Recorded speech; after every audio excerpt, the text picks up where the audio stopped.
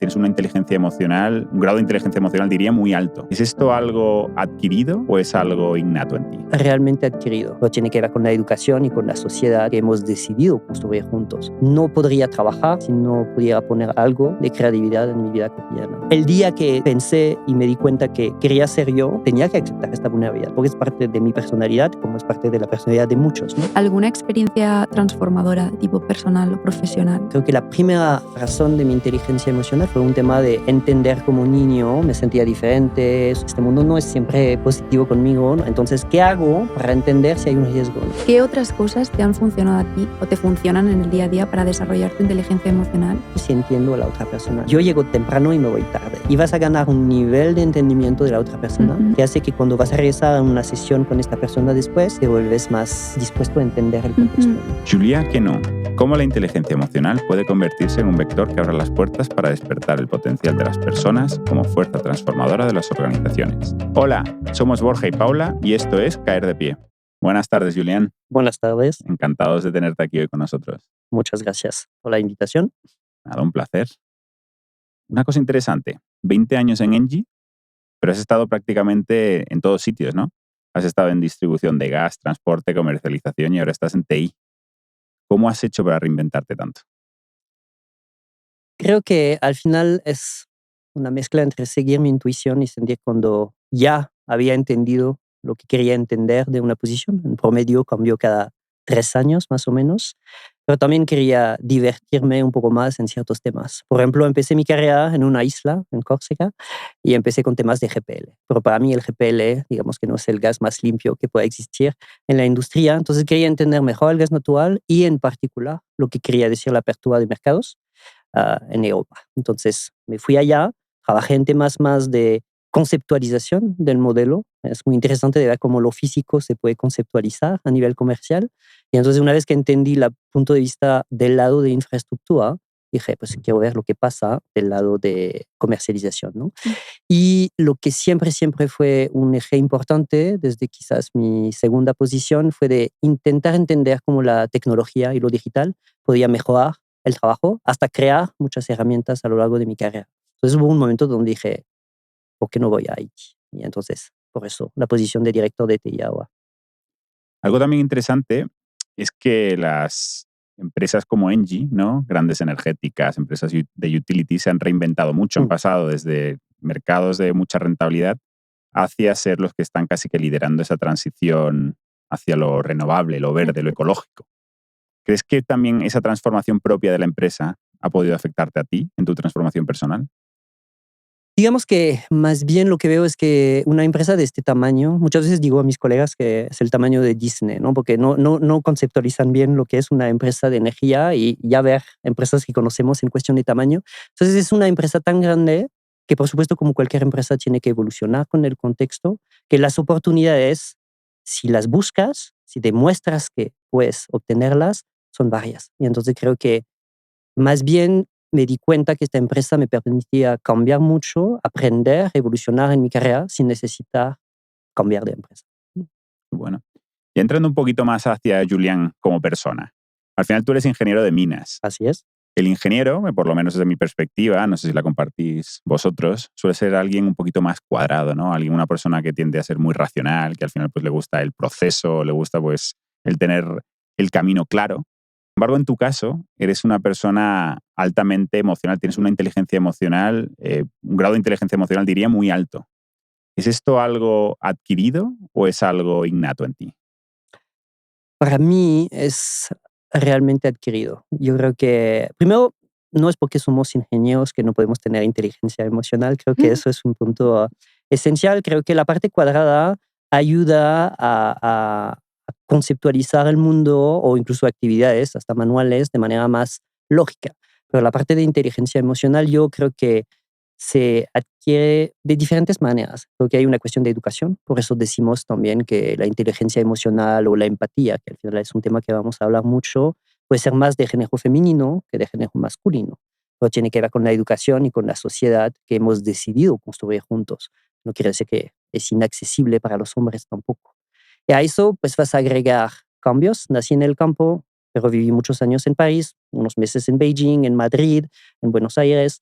Ahora vivo en México, eso desde 6 años, cambié de posición, subí, entonces mi rol de líder no es el mismo, por supuesto, hace 20 años que hoy. Entonces creo que al final, si tienes una predisposición, pues quizás eso existe, lo que vas a adquirir y mejorar en cuestión de tu inteligencia emocional tiene que ver con el abanico, ¿no? De opciones, de experiencias de vida, ¿no? Y luego, además de ingeniero, eres artista, porque eres una persona que, bueno, aparte de vestirte muy bien, que eso se puede ver claramente, pues te interesa la moda. Yo sé que haces tus propios diseños. ¿Cómo conecta también el Julián artista con el Julián ingeniero y a la vez con el Julián líder empático, ¿no? Y con un alto grado de inteligencia emocional? Creo que eso depende de mucho de cada persona, pero yo en mi caso creo que uno, la creatividad es parte integral de mi vida. Incluso creo que no sé hacer un PowerPoint sin pensar creatividad o cómo lo quiere conceptualizar o poner círculos cuando la gente va a poner cuadros. Pero yo a nivel de, por ejemplo, la actividad manual que más vivo hoy es la costura y justamente decidí aprender a coser porque sentí que tenía una predisposición que venía de los dos mundos mundo de ingeniero, las matemáticas para mí es fácil, pasar de 2 dimensiones a tres, regresar a dos, etcétera. Se hace solo, digo, no tengo que pensar mucho en eso. Yo veo los números, ¿no? En mi cabeza. Y la parte artística, los colores, como imaginar algo que nadie tiene en la elección de lo que quieres enseñar y lo que provoca hacer al final referencia a tu propia creatividad, pero demostrar la creatividad también a los demás, eso siempre me interesa. Y creo que no podría trabajar si no pudiera poner algo de creatividad en mi vida cotidiana. Qué bueno. También quería hablarte un poquito de la vulnerabilidad, porque nosotros en los podcasts, en episodios anteriores, hemos hablado mucho de cómo esto es una Mm. característica altamente importante en aquellas personas que tienen muy buena inteligencia emocional. Pero sin embargo, y esto es un sentimiento que yo tengo, en el mundo empresarial y sobre todo según qué cultura, la vulnerabilidad es algo que puede ser bien tolerado o no tan bien tolerado. En tu caso, ¿tienes algún ejemplo de cómo la vulnerabilidad igual te ha ayudado a ser un mejor líder? ¿O algún ejemplo de cómo la vulnerabilidad la has podido utilizar como una herramienta para al final ayudarte a conseguir algo, pero evidentemente es una perspectiva positiva, ¿no? Y en pro de las personas? Es cierto que, digo, pensé primero cuando preguntaste eso, que durante varios años en mi carrera sí pensé que no podía demostrar vulnerabilidad. Pensaba que era parte de la ecuación para subir, la ecuación para obtener ciertos puestos, ¿no? Y al final el día que pensé y me di cuenta que quería ser yo, tenía que aceptar esta vulnerabilidad, porque es parte de mi personalidad, como es parte de la personalidad de muchos, ¿no? Y tengo dos ejemplos, uno no tan positivo, pero es interesante verlo, y quizás otro que tiene más que ver con la pregunta, ¿no? Una vez y hace poco, ¿no? Estaba en una crisis de ciberseguridad, tiene que ver con el puesto actual, y me di cuenta que era un día donde me sentía súper cansado, algo débil con la problemática, y vengo del negocio y me puse a trabajar en temas de TI, entonces la ciberseguridad, digamos que no es mi experiencia nativa en el trabajo, ¿no? Y entonces pues, estaba hablando del tema de la crisis con un vicepresidente encargado del tema del negocio que tenía esta crisis de ciber y me di cuenta que era súper vulnerable y me di cuenta que eso no iba a conseguir nada que podía esperar, ¿no? Demostrar que tenía la capacidad de gestionar la crisis y dar confianza a la otra persona. Entonces hubo un clic mental donde dije, cuidado, no estoy controlando mi vulnerabilidad, ¿no? Y entonces salí, regresé con la persona quizás una hora o dos después y había hecho como esta introspección, ¿no? Y al revés, otro ejemplo que justamente tiene que ver con esta necesidad de sí puedes ser vulnerable, pero tienes que ver cómo controlarlo y sobre todo con la inteligencia emocional, analizar la persona que tienes al frente. Y el otro caso es darme cuenta que no estábamos gestionando bien un proyecto, darme cuenta que la persona con quien estaba hablando me podía ayudar, pero para generar eso, acepté lo vulnerable que fuimos, y yo también, en la gestión del proyecto, pero decirlo con la distancia necesaria para demostrar que ya estabas en la etapa de lección aprendida. ¿Qué provoca eso? Que el otro sí quizás va a ser empático cuando quizás no lo es tanto y va a dar consejos mucho más valiosos que si hubieras llegado diciendo, este proyecto no va bien, no lo puedo manejar, no sé qué va a pasar. Demostrar cierta distancia y aceptar algo de fracaso durante cierto momento, creo que puede ser un terreno para tener justamente lo que provoca muchas veces la empatía es una creatividad, una colaboración y un nivel de consejo que no puedes conseguir si no. Me encanta esa idea de al final casi que hacer prueba y error a Mm. veces, ¿no? Con estas emociones, porque nos pensamos que tenemos que tener como una guía, ¿no? Unos principios. Que no todo funciona igual con todo el mundo. No. Que depende de la persona, depende de la cultura, depende del contexto.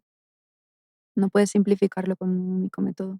Sí, pero demuestra muchísima madurez, ¿no? Y capacidad de reinvención, el hecho de ser capaz de darse cuenta de, oye, he utilizado esta herramienta, ¿no? Que igual es parte de mi ADN, pero no ha funcionado de la forma que yo querría y Sí.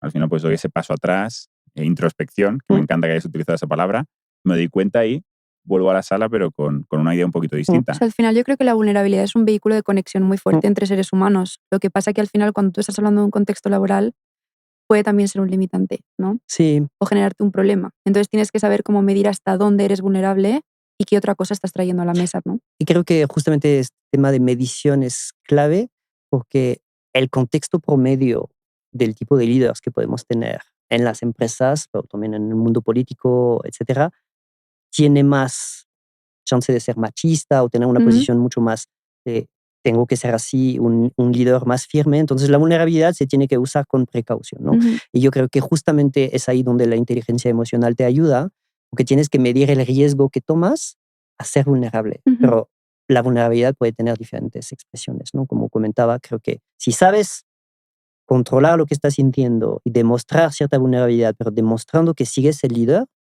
pero que si aceptas tus errores, creo que el terreno mm, existe. Pero muchas veces este terreno no existe porque la vulnerabilidad viene con demasiada emoción. Y entonces se mezclan una impresión de debilidad para el otro y ya el otro te ha como categorizado del lado de ujú, no es buen líder, ¿no? exacto. Y es interesante eso que comentas también sobre medir, porque yo creo que en el ámbito corporativo lo medimos todo, ¿no? Y tenemos muy claro que al final llegar al éxito pasa por una buena medición. Pero llegamos a las emociones y parece que eso no se puede hacer. Pero sí que hay que tener como un termómetro a veces, ¿no? Es un termómetro, pero y eso tiene más que ver con cada uno su propia experiencia. Pero a mí me sirvió mucho, incluso desde la infancia, detectar los señales débiles. Es decir, detectar si estoy en zona de confianza o no. Ujú, Entonces, cómo tengo que comportarme si es necesario. Y la madurez tiene que ver con esta capacidad de entender que eso no se traduce en no ser quien quieres ser, pero adecuar tu manera de hablar, el tono de voz, para protegerte, pero ujú, también obtener lo que quieres obtener, ¿no? sí, Totalmente. Y has hablado también de empatía, que es algo yo creo que altamente importante, yo creo que especialmente aquí que estamos en México, que yo Mm, creo que es algo que se valora mucho, ¿no? Ese líder empático. Sin embargo, nosotros siendo europeos, pues igual la empatía no es parte de la caja de herramientas, del toolkit, igual del líder habitual. Entonces, quería entender un poco cómo conecta la cultura mexicana y cómo ha impactado igual tu forma de enfocar la empatía desde una perspectiva de líder y cómo se diferencia esto igual de tu vida pasada, ¿no? En la que eras al final un francés trabajando en ujú. Francia y tenías que lidiar pues probablemente con un entorno laboral muy distinto. No sé si estoy totalmente de acuerdo con el hecho de que quizás la empatía es más fuerte aquí. Creo que la gran diferencia, pero al final creo que viene de nuestra propia experiencia, ¿no? Tampoco tengo la cultura de 126 millones de mexicanos, pero mi sensación más bien es que aquí la emoción gana a la razón. Entonces, ¿por qué? Porque, y es una cosa que a mí siempre me encanta, porque al final siento que siendo francés soy más de razón, ¿no? Pero aceptar que la emoción puede tomar más lugar te ayuda también a entenderte mejor, etcétera. Pero la empatía y la emoción no siempre funcionan bien juntos, ¿no? Justamente creo que todo tiene que ver con cómo te ubicas contigo mismo, cómo estás en la conversación, qué lead quieres tomar en la conversación. Y entonces, aquí la dificultad para mí es que sí, quizás la gente está predispuesta, quizás tener gente con más empatía, pero la emoción, cómo puede ganar terreno, tienes que usar quizás más la empatía para entender la emoción, racionalizarla, regresar a lo que estás buscando en la reunión, por ejemplo, e intentar salvar la meta que tienes, ¿no? Es más eso. En Francia, mi experiencia era más de la gente no expresa tanto sus emociones, lo cual puede ser un problema también, pero la empatía puede existir de manera más lógica. Pero yo creo que lo que aquí aprendí es entender cómo los dos se tenían que mezclar y cómo al final la empatía es intentar ponerte en el lugar del otro y entender lo que está viviendo, como hay una parte muy emocional, estás casi en terapia cuando haces eso con la gente. Pero tienes que aceptar que aquí sí hay que dejar hablar la emoción, después la razón, y después podemos regresar al tema que te interesa también, ¿no? Sí, es muy interesante porque yo creo que lo que tú estás diciendo es casi eso, es como ir a una terapia, ¿no? Mm, Es el cómo de la situación que se ha generado en un momento concreto, puedes decir, mira, esto es una emoción que probablemente está provocada por esta circunstancia ujú. específica, que no es personal, que no tiene nada que ver conmigo y que probablemente es por esto, esto y esto, y cómo puedo ayudar a esta persona a que no sienta o no se sienta así y puedo reconducir esta situación, ¿no? Y eso es lo verdaderamente complicado, ¿no? Y sin tener como esa gran capacidad de entendimiento de lo que está ocurriendo en la sala o de las emociones que pueden tener los demás o esa sensibilidad, es muy complicado de hacer. Eso y pensando también en la diferencia México versus Europa, e igual es lo que siento, no sé si es tan cierto o cuál es la proporción, pero al final la dinámica de empresas y también como la gente puede subir en una empresa no tiene mucho que ver con la cultura, el tipo de persona que hacemos subir más fácilmente en un país comparado con otro. Entonces también tienes que entender aquí en México, y es la dificultad cuando somos extranjeros Ujú, y toma tiempo de entender eso, es dónde se ubican ellos en su propia carrera. Por ejemplo, y seguramente hay puntos comunes, ¿no? Estaba pensando y a ver si está en México versus Europa, pero por ejemplo la gente que está en el sector digital, en TI, en particular en empresas que no son digital native, ¿no? Es el caso de mi empresa, ellos quizás no se ven proyectando en una carrera tan avanzada. Entonces, la emoción puede tener que ver con eso, ¿no? ujú, Quizás es más fácil tener una carrera más digital en otras empresas, pero yo creo que siempre hay que intentar, al ser empático, a entender lo más que puedas del contexto. ujú, Y la única manera de entender a alguien es preguntar. Entonces, hay que dar un chance a la persona de expresar cosas. Y es ahí donde regreso a mi idea de señales débiles. Me pasa mucho, e incluso esta semana lo estaba pensando, incluso hoy. Hay sesiones donde escucho a alguien, pero siento que no está diciendo lo que piensa. Está diciendo algo, pero se limita. Entonces, ¿cuál es la pregunta que vas a hacer para dar la sensación de que el terreno es un terreno fértil para expresar lo que realmente sientes? ¿Cómo lo tienes que preguntar? Y dar la confianza de que esta expresión no va a poner a la persona en riesgo, ¿no? Es la táctica y lo que ganas en expresar tu empatía tiene que ver con eso. No pierdes de vista como líder que tienes una meta, ¿no? Quieres obtener algo. No estoy diciendo que me estoy engañando a la gente, pero hay algo de táctica detrás de eso. Es decir, cómo se vuelve la empatía una herramienta para entender bien dónde se ubica cada uno y cómo a partir de eso tienes un puzzle que te puede permitir avanzar con tu meta, ujú. ¿no? Tenía una pregunta que enlaza bastante bien con lo que estás comentando, y es un poco en situaciones de crisis, ¿no? Mm. Donde hay una alta presión y estamos todos muy como presionados por el resultado, ¿no? Y probablemente pueden saltar todas estas emociones de las que hablamos. ¿Cómo haces para mantener esa empatía y mantenerte, ¿no? Centrado y entendiendo, ¿no? Lo que puede estar pasando. Lo bueno de mi carrera es que empecé con una crisis todos los 6 meses en mi primer puesto. Entonces, digamos que la crisis es parte y por eso quizás el ejemplo que daba, ¿no? Hace rato tuve la conciencia de que no estaba manejándolo bien porque tengo cierto esquema, ¿no? En la mente de cuando pasa. Un factor esencial para mí, una crisis es un evento social súper fuerte. Es Ujú, decir, que cuando estamos en crisis, aunque hay un problema técnico, como toda la gente está en una emoción, una ansiedad o algo, estás en el momento donde tus capacidades humanas, la relación con los demás, se vuelve esencial si quieres arreglar eso. ¿Cuál es la comunión entre todos? ¿Cómo te orientas en que cada uno tiene que buscar la solución y evita que quieran huir del tema porque ya no saben cómo avanzar? Entonces, hay que aceptar que en una crisis, aún más quizás que en tiempo normal, tienes que dejar hablar a los que saben. ujú, Porque lo peor que puede pasar en una crisis es avanzar rápido pensando que eso va a solucionar, pero ujú, no has estudiado todo. Y por eso también, vinculado con eso, lo mejor es tener ejercicios de preparación de crisis. Por eso hacemos eso en las empresas, ¿no? Incluso un ejercicio de ciberseguridad, lo que comentaba, pero pasa en muchos casos. Es decir, que tienes que aumentar la cantidad de reflejos para poder también tener tiempo para esta parte más empática, emocional. Si no, va a ser muy difícil de arreglar la crisis, creo yo. Y algo también interesante es que algo que has dicho antes es que la validación muchas veces es una clave, ¿no? Te lleva a un buen diagnóstico y al Mm, final tener un buen diagnóstico te permite tomar buenas decisiones. ujú, Pero en un momento de crisis, esas preguntas, esa validación pueden ser interpretadas de una forma completamente distinta, porque sí. las personas pueden sentir que estás como que haciéndoles ver que lo que están haciendo, lo que están planteando igual no es lo correcto. O lo que han hecho, no estaba lo O lo que han correcto. hecho no era lo correcto. Sí. Entonces es interesante porque ahí, claro, en el momento de crisis la emoción juega un gran papel. Entonces esas herramientas que igual en un contexto normal, ¿no? Tranquilo, pues puedes utilizar, de repente no son las adecuadas. Entonces ya todo pasa a ser un juego psicológico Es un importante. contexto hostil. Sí. Claro, es como...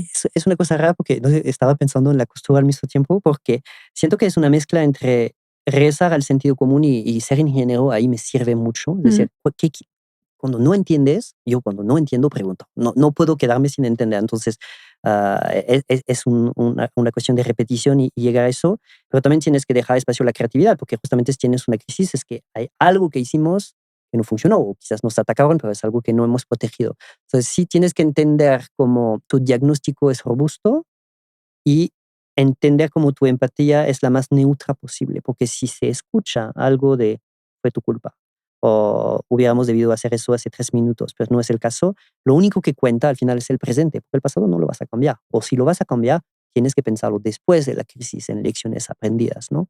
Pero es una cosa muy rara, una cosa positiva en el ser humano, y me ha pasado aquí como allá, es que en crisis yo diría que el 80% de la gente entra en el mood de que quieren ayudar, quieren dar servicio, porque creo que al final lo que provoca incluso una empresa grande que tiene cierta experiencia y en general trata bien a su gente e intenta hacerlo bien, es que te sientes como con estas ganas, ¿no? de ayudar a la problemática. Puede ser más complicado en empresas que no respetan a sus empleados porque hay un factor externo, pero en general la gente sigue. Aún más en operación, en el campo, ¿no? En el día a día, es impresionante, porque somos una empresa de energía y de servicio al cliente, entonces mucha gente no lo olvida eso. La cultura, ¿no? A veces nos olvidamos del poder que tiene el construir una cultura. Mm. Hace poco leí, la verdad no recuerdo exactamente el libro, pero decía esta frase de no construir una cultura o no intentar hacerlo, al final también es una forma de construir una cultura, ¿no? Ujú. Que lo que venía a decir Cierto. es, la cultura se va a crear, hagas lo que hagas. Así que es mucho más importante que lo hagas de una forma intencional, ¿no? Ujú. Y que la construyas ya en esa dirección que a ti te interesa y te gusta. Pero no siempre es tan sencillo, ¿no? Porque al final yo creo que la cultura pues depende de construir un propósito y de dejar claro el por qué las personas que están ahí, para qué están. Y claro, al final poner a tanta gente de acuerdo, ¿no? En una empresa tan grande como puede ser Engie, pero bueno, hay cualquier multinacional al final pues pasa por lo mismo, pues es un proceso difícil. Creo que difícil, no sé, pero es bastante vital, eso sí. Yo lo que veo, y en particular en una posición como la que tengo hoy, creo que es una mezcla entre entender la cultura de la empresa, por supuesto, porque si no, ¿qué haces ahí, no? Pero, y también cómo la quieres transformar esta cultura a nivel de tu propia gente. Es decir, como yo a nivel de mi dirección voy a organizar los mensajes que me parecen clave y que son los que van a dar una cultura también local, porque como un país, ¿no? Tienes la cultura española, por ejemplo, pero vas a tener la cultura madrileña, ¿no? Que es como algo de la cultura española más la local, ¿no? Y creo que una empresa funciona también así porque cada persona primero ve su primer contexto, que son sus colegas, a lo máximo la dirección donde estamos, ¿no? Somos como 30 más externos, externas. No es una comunidad tan grande, pero es importante crear una cultura. Y la cultura la defines como líder también en tu estilo de leadership. ¿Qué tipo de cultura quieres? Porque hay la cultura de la meta de la transición energética de la empresa, pero tú, ¿cuál es tu cultura de trabajo? De dar el ejemplo, de cómo quieres conseguir avanzar. Cuando hay retraso, ¿cómo manejas eso? ¿Cuál es la cultura de no procrastinar también? Que es un punto esencial cuando tienes que entregar proyectos. Entonces es interesante ver cuál es tu rol en la jerarquía de una empresa para garantizar que la gente entienda la empresa, pero entienda también su rol en el mini ecosistema como en el grande, ¿no? Interesante. Hablabas al inicio de que la inteligencia emocional para ti fue algo más adquirido que innato, ¿no? ¿Alguna experiencia transformadora de tipo personal o profesional que te llevas a valorar más la empatía como una herramienta de liderazgo? Yo lo repito, y eso es más personal, pero creo que la primera razón de mi inteligencia emocional fue un tema de protección. Yo creo que fue un tema de entender como niño, me sentía diferente, soy gay, son cosas que dije, este mundo no es siempre positivo conmigo, ¿no? Entonces, ¿qué hago para entender si hay un riesgo, ¿no? Pero la ventaja es que multipliqué, y creo que lo hablo con muchos amigos gays también, creo que muchas veces para justamente protegernos, ganamos un nivel de conocimiento del entorno y creo que puede pasar, por supuesto, para las mujeres también, porque cuando no estás en la sensación de que todo te va a salir bien porque la gente va a tener una predisposición natural contigo positiva, entonces lo haces así. Pero después es más, yo siempre en mi carrera, y funciona incluso a este nivel, me doy cuenta que la empatía me permite Ujú, entender mi ecosistema tan bien que sigo haciéndolo. Y por ejemplo, en mi rol es a la vez una empatía a un nivel estratégico con la gente que me ayuda a entender dónde ujú, tengo que orientar la estrategia digital de la empresa, pero al mismo tiempo a nivel más técnico con la gente, qué tipo de empatía tengo que desarrollar con gente que incluso no es mi perfil, el perfil digital de la gente que estudió sistemas o todo eso no es el más nativo de mi propia ujú. experiencia, pero entonces tengo que adecuarlo, entender dónde están. Entonces siempre yo creo que hay que, lo que gano es la multiplicidad de las experiencias y ahora me pasa poco, tengo que enfrentarme a alguien con quien no sé cómo hacerlo, pero sí me ha pasado. Entonces sigo aprendiendo y es ahí donde dices, es un nuevo caso, ¿qué disfunciona en mí versus este caso? ¿Qué cajitas, así hablo yo en terapia, las cajitas que abro Ujú. para entender qué está provocando en mí y después usas tu inteligencia emocional para poco a poco redefinir la relación que quieres con Ujú. esta persona, ¿no? No, está muy bien, porque al final es como un mecanismo de defensa Mm, que tú has convertido en una fortaleza. justamente. Y muchas veces, yo por ejemplo he sufrido desde siempre, he sido muy tímida, he Mm, tenido mucha ansiedad social, pero para mí las ganas de querer parecer normal en un contexto social es lo que probablemente hoy me ha hecho no parecer siquiera una persona introvertida, a lo mm, mejor, ¿no? Entonces, y lo que te fuerza a lo mejor trabajar en tu comunicación, en prepararte de antemano de qué temas de conversación vas a hablar, etc, etc. Y todo eso es práctica, ¿no? Como mm, tú hablabas anteriormente. Entonces, yo creo que es muy interesante el ver un limitante como algo que te permite expandirte mucho más allá, si sí. realmente estás enfocado en querer que ese limitante desaparezca, ¿no? Yo creo que incluso, no sé por qué, pero me hace pensar, incluso en unos proyectos, ¿no? Cuando suena una obligación, incluso Mm, regulatoria, y al final fue una autodefensa yo, ¿qué puedes ganar de eso y cuál es la oportunidad detrás? Yo creo que nada es malo, nada es positivo, siempre estamos en una zona gris, entonces hay que entender cómo cualquier mecanismo que desarrollas, que sea de defensa o de ataque, te mm, sirve en la vida cotidiana, ¿no? mm, Yo quiero que nos hables un poquito más de eso de las cajitas, Ujú, porque es un concepto que me encanta, ¿no? Esta idea, bueno, te quiero dejar que lo expliques tú, ¿no? Pero que al final somos un poco prisioneros de emociones que tenemos muy dentro nuestra y que al final hay ciertas situaciones que sacan como, bueno, emociones de nosotros que ni podemos controlar ni ujú. entendemos. Entonces esa teoría que tú tienes de las cajitas, cuéntanosla porque me No encanta sé. y creo que es muy aplicable además. La primera cosa, y como introducción, creo que no podemos entender a los demás si no nos entendemos. Entonces, la conciencia del yo es tan importante en nuestro mecanismo de relación con los demás que por eso creo tan necesario este trabajo con nosotros mm, mismos, ¿no? Y entonces, lo que trabajé yo y en muchos años de terapia es entender justamente un mecanismo que, como soy muy visual, y creativo, necesité crear una imagen de lo que representaba mi memoria en funcionamiento cuando pasaba un evento que producía una emoción, positiva o negativa. En general en terapia hablamos más de las negativas, pero lo que sentí yo es, y la mejor imagen es que sentí que cuando no sabía controlar mis emociones, es que estaba abriendo una cajita de un recuerdo que tenía que ver con la emoción y es ahí donde entras en un loop. Es decir, que no es más tanto lo que provocó la otra persona, pero lo que tú estás provocando contigo mismo con la mezcla de esta cosa y el recuerdo, y entonces la cajita se queda abierta. Todo el trabajo para mí en terapia no es tanto de no abrir la cajita, yo pienso que eso es imposible, más bien es de entender cuando se abre, tranquilamente empujarla para cerrarla de nuevo. Es decir, realmente el trabajo es decir, eso estoy abriendo algo que no tiene que ver 100% con lo que está pasando, tiene que ver conmigo mismo. Entonces, lo entiendo, lo cierro y yo me enfoco de nuevo en lo que está diciendo la persona, no tanto en lo que yo estoy sintiendo a causa de lo que dijo y él ni sabe lo que estoy abriendo en mi carta.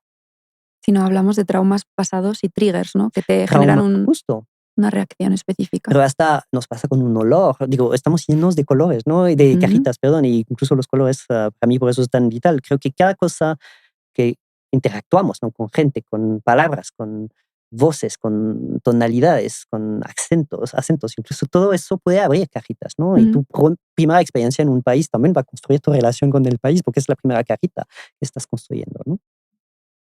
Totalmente. ¿Y cómo te sientes cuando cierras esa caja? En paz. Creo que sería la palabra. En paz porque no hubiera pensado quizás hace 10 años que pudiera hacerlo tan fácil. No digo que eso siempre funciona. Regreso con mi ejemplo, cuando estás súper cansado, te sientes débil, no has dormido bien, la carita se va a quedar abierta un ratito, ¿no? Al revés, cuando sientes que se abrió, tienes la conciencia de como separar el momento que está pasando con la persona o las personas y lo que estás sintiendo es una victoria, porque estás impidiendo, porque muchas veces decimos que las emociones nosotros las hacemos durar, no tardan tanto, es más que nos gusta que sean positivas o negativas, hacerlas durar, pero lo podemos controlar, eso es justamente por eso que me siento en paz. Es muy bueno porque al final tu confianza en ti mismo va creciendo. Mm, Cuantas más cajitas que se han abierto has conseguido cerrar satisfactoriamente, digamos, o en paz, mejor, ¿no? Más preparado estás para las siguientes veces que la caja se abra. Y hay dos etapas, creo que la primera etapa es entender que hay Ujú. estas cajitas y cuáles son. Entonces, la primera etapa, en realidad, es en el momento donde abriste unas y dices: quizás te necesito terapia", ¿no? Porque justamente Mm, ya entendiste que pasan cosas mm. que no son cosas que pones bajo el tapete y ya, ¿no? Y el segundo trabajo es justamente de entender cómo reaccionas a eso, pero puede tomar un buen de tiempo. Pero yo hoy me siento bastante tranquilo con la mayoría de las cajitas. Oye, adicional a esta herramienta de las cajitas, ¿qué otras cosas te han funcionado a ti o te funcionan en el día a día para desarrollar tu inteligencia emocional? Y que podrías recomendar a lo mejor, hablando de TI, ¿no? A Ujú. perfiles que a lo mejor son un poco más técnicos, que a lo mejor no tienen tan desarrollado estos skills un poco más interpersonales. 2 cosas, que estoy pensando con eso. A nivel personal, y después voy con el perfil técnico. Yo sé que puedo desarrollar mi inteligencia emocional si entiendo a la otra persona. Ujú, Entonces, no sé si es el mejor ejemplo de work-life balance lo que voy a decir, pero yo llego temprano y me voy tarde muchas veces de la empresa. Pero no siempre lo hago porque quiero trabajar 15 horas, pero cuando en el día moderno de trabajo tienes tiempo de hablar con alguien en el café, antes de las 8 aquí en México o después de las 6. Me pasa en mi experiencia profesional que estoy trabajando en cierto piso, pero tenemos el piso 16 y trabajo en el 15, ¿no? Y a veces voy en el piso 16, no tengo nada que hacer allá. ¿Pero qué hago? Networking, así lo hablamos, ¿no? Pero voy a pasar ujú, tiempo para relacionarme con la gente, porque la discusión que vas a tener no tiene que ver con un tema de reunión, tiene que ver con un momento donde la persona está más tranquila y vas a ganar un nivel de entendimiento de la otra persona, ujú, con empatía, etcétera, que hace que cuando vas a regresar a una sesión con esta persona después, te vuelves más dispuesto a entender el ujú. contexto, ¿no? Y con los perfiles técnicos, creo que hay una cosa esencial, incluso como experiencia de vida, es entender cuál es nuestra zona de confort y si queremos vivir con ella, ¿no? Al final es entender, yo siempre pensé al inicio que me iba a costar, ¿no? Salir de mi zona de confort, naciendo en el campo, en un pueblito, una pequeña ciudad. Aquí sería un pueblito, considerando el tamaño de las ciudades en México, Sí. pero yo sentí que tenía que probar. Y entonces la zona de confort no pasa de un círculo pequeño a un inmenso de un día para otro, ¿no? Tienes que probar, ¿no?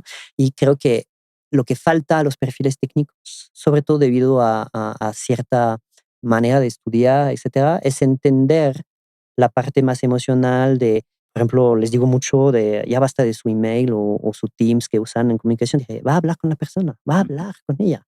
Yo, por ejemplo, me pasa mucho, salgo de una reunión, fue virtual, porque aunque estemos en la oficina, seguimos con mucho virtual, pero veo que la otra persona está, una persona que estaba en la reunión, voy a verla 5 minutos, hacer como un debrief de la reunión, entender lo que Ujú, piensa y que quizás no ha dicho. Todo eso te ayuda a entender qué tienes que cambiar quizás o seguir, ¿no? Puede pasar que todo bien, pero si ves que hay algo raro, estos momentos te dan claves que no vas a conseguir en una reunión con 10 15 personas, ¿no? Los momentos de one-on-one, hablar con la otra persona, hacer este link. Nosotros hablamos mucho de hacer el bridge, ¿no? Entre business y IT. No se hace porque lo escribiste en una lámina A4 de tu presentación, ¿no? Se hace porque entendiste el business, fuiste a hablar con ellos, entendiste sus problemas, entiendes por qué está diciendo un comentario en una sesión, tienes el background y además muchas veces se mezcla la emoción. Regresamos a eso, es ujú, decir, que no es solamente una finalidad de negocio, es dónde está esta persona, está en sufrimiento, le pasa algo, quería otro puesto, no lo obtuvo. A veces hay una mezcla de contexto que mm. te dice mucho más de la situación de una reunión o de la próxima que simplemente hacer tu agenda, decir voy a B, C, D y cierro la reunión a D, ¿no? Sí, no, interesante. Sobre todo en este mundo cada vez un poco más digital, el contexto de trabajo, sobre todo después del COVID, creo que el recuperar, ¿no?, esos micromomentos de conexión personal ayudan. Y precisamente cómo lo ves tú, porque al Sí. final, de alguna forma, eres persona clave en digitalizar tu empresa. Ujú, Lo has Sí. dicho antes, ¿no? No somos digital natives, pero nos gustaría serlos. ujú. Entonces, en un futuro que va a ser más digital aún que el actual, probablemente muchísimo más, ¿no crees que esto pueda tener un riesgo de que al final se pierdan las conexiones humanas? Y en caso de ser así, ¿cómo podemos hacer para que la tecnología al final ayude a conectarnos más y no a separarnos?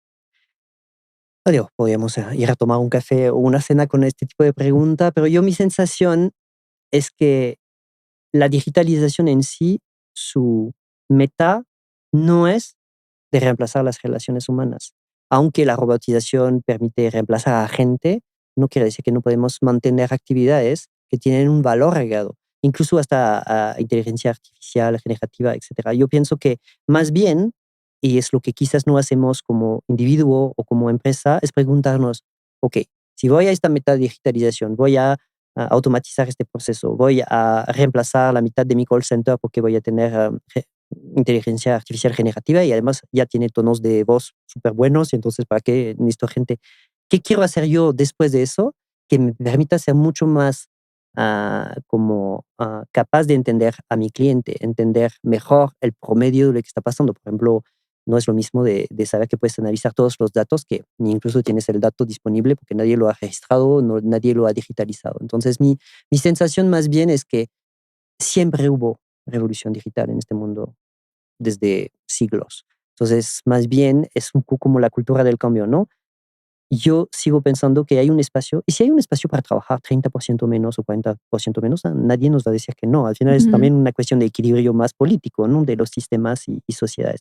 Yo creo que es más bien entender qué cosas nuevas queremos hacer con estas herramientas. Bueno, Julián, una cosa muy interesante de ti, ¿no? Hemos tenido la oportunidad de estar en tu casa, es muy bonita y muy colorida, ¿no? Entonces, querría entender un poquito mejor, pues, qué relación tienes tú con los colores, sobre todo, y está muy demostrado que cada vez somos una sociedad más monocromática. Pero tú llevas el color por bandera y esto, pues, yo creo que te hace diferente y es algo que me interesa mucho. Creo que el color, como para mí, y creo que para muchos no, pero simboliza la vida, ¿no? Yo creo que no vemos la vida en blanco y negro, nuestros ojos nos permiten ver muchos colores. Entonces, para mí es parte de demostrar, y creo que es parte también de mi gusto para México, que tiene muchos colores, pero demostrar que la vida en blanco y negro, o incluso estoy viendo el tapete en los colores de los coches, ¿no? Azul, gris, negro, lo más común. Eso no es una solución para sentirse vivos juntos, ¿no? Yo creo que si ponemos más colores en nuestras vidas, creo que es una energía que puede cambiar. Tengo otro ejemplo que podría funcionar como metáfora, ¿no? Pero entras en un metro, quizás en México sonríen un poco más, ¿no? Pero la gente no sonríe, por ejemplo, en Madrid o en París. Si alguien se pone a sonreír, los demás van a sonreír. Yo creo que hemos entrado en este mood negativo donde desapareció el color. Pero yo sigo pensando que necesitamos ejemplos, y si soy un ejemplo, que bueno, que podemos regresar a otra imagen imponiendo de nuevo el color. Y además el color sirve como para explicar a veces cosas complejas, Ujú. como la película esta de Disney, no recuerdo el nombre, que para enseñarle a los niños sobre las emociones, pues las vinculan a un color. Sí. Entonces al final pues te sirve de alguna manera incluso el color para apoyarte en ellos y expresar algo complejo. Ujú. Y de hecho si los colores no fueran importantes, no se podrían patentar. Esto es una cosa que aprendí hace un par de Ah, sí. semanas, ¿no? Ujú. Mm. Y que hay colores patentados, no sé, el rojo Ferrari es como un El rosa ejemplo muy claro. mexicano. El rosa mexicano Mm, puede ser otro. Pero eso al final, claramente lo que denota es que el color genera una emoción sí. y genera una reacción. Entonces, es interesante porque lejos de querer diferenciarnos, lejos de que cada uno, todos nosotros querer ser alguien distinto, pues a mí me da pena que como sociedad, me da lástima, estemos yendo precisamente hacia ser todos del mismo color, ¿no? Todos iguales, todos Ujú. pensar de la misma forma. Parte de la globalización también, ¿no? Es como una corriente que te empuja a ser cada vez más igual y menos distinto. Se pierden las particularidades y también yo creo que las modas, ¿no?, también empujan a vestir en determinados colores, ¿no? Pierdes, mm, lo étnico a lo mejor, ¿no?, o lo propio de la cultura, que a lo mejor quizás tiene unos colores específicos, se va eliminando. Aquí en México es cierto, incluso cuando ves edificios modernos que van a reemplazar casas, muchas veces los van a construir con la gama clásica del beige hasta el gris, pero sigo pensando que esta lucha no está perdida, si no, no hubiera tenido tanto éxito esta película. Y yo sigo pensando que el color atrae, es más que un tema de ahorros, facilidad, y que blanco y negro son dos colores, ¿no? Si vas con toda la gama de colores, tienes que tener no sé cuántos colores. Pero es cierto que en mi casa, por ejemplo, las telas o los hilos que tengo de costura, el blanco, negro, beige es lo mínimo indispensable y todo el resto es de color. Y yo es parte también de, si hago el vínculo con incluso mi manera de ser, creo que aceptar quién soy, aceptar la conciencia de mi yo, tiene que ver también con la aceptación que tuve de voy a ir a la oficina en colores, ¿no? Hoy estoy en verde solamente, pero puedo tener una camisa con colores, con patterns, con todo lo que sea, y la gente sabe que esta persona es Julián. Es decir, que yo creo que identificarnos a través de lo que nos gusta y no lo que la sociedad quiere de nosotros, eso es la mejor manera de ser una sociedad interesante. Si no, no es Mm, tan divertida, ¿no? sí. Entramos en las preguntas finales Adelante. que siempre hacemos a los invitados.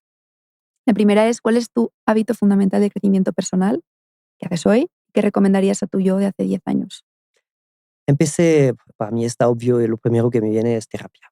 Yo creo que Ujú, empecé hace 6 años, lo hubiera aconsejado hace 10 años sin tema, pero creo que una vez más hay que sentir que estamos dispuestos ujú, a eso, no hay que entrar en crisis para sentir que es necesario, pero sí hay que sentir en un momento de su vida que va a servir. No es la única herramienta, pero para mí fue la más fundamental. Incluso voy el jueves por la tarde, porque para mí marca también un equilibrio para pasar de la vida profesional a la vida personal. Ya llega el fin de semana, ¿no? ujú. Entonces es también hacer una conclusión sobre qué pasó, cómo me sentí y prepararme mejor para otro tipo de tiempo, ¿no? Entonces definitivamente terapia. ¿Por qué crees que existe tanto bloqueo a las personas? ¿Por qué les cuesta tanto aceptar o querer ir? O ¿por qué existe esa creencia limitante, no? De si voy es porque soy débil o ¿por qué? Y creo que para mí la respuesta es obvia para muchos, es que la terapia, incluso si lo hablo con mi papá,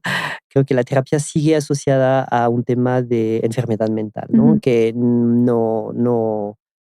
no tienes que ir si te sientes bastante bien, ¿no? Yo creo que todavía nos falta un ejercicio, por eso a mí incluso lo hablo muy abiertamente en el trabajo, porque digo muchas veces, no, hoy el jueves a las 5 lo siento, pero tengo que ir a Coyoacán, voy a terapia, ¿no? Y es algo que no voy a mover y soy capaz de mover muchas cosas para el trabajo. Creo que mientras no entendemos que es una herramienta para justamente relacionarnos mejor con nosotros mismos y con los demás, no lo vamos a conseguir. mm, Pero yo creo que como cualquier cosa, ejemplos, hablarlo, demostrar que tiene sentido y ya.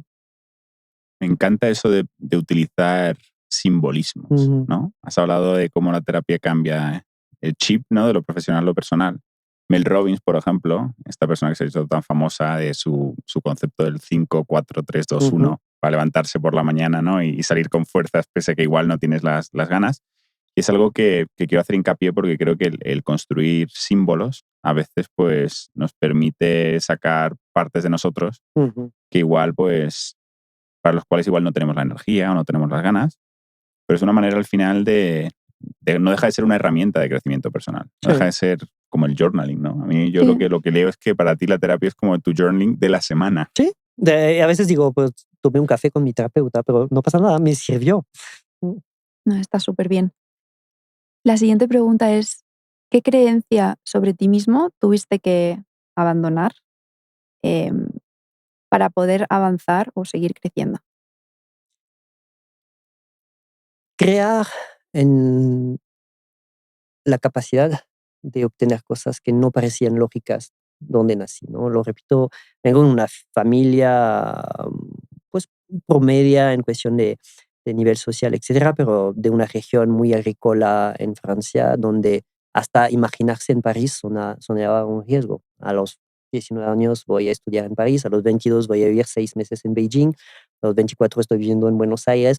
Digo, al final es esta capacidad de sentir que soy capaz de hacer Ujú, cosas que nadie en mi familia quizás había hecho. Y creo que funcionó bien con la educación que recibí, porque incluso mis hermanos pensaron algo similar. Creo que sirve mucho sentir el amor de dejar el espacio para intentar, ¿no? Y Ujú. no limitar a sus hijos. Creo que es el mejor regalo de la vida de mis papás en cuestión de sentir cómo eso puede pasar. Pero sí, yo entendí que no tenía que tener miedo.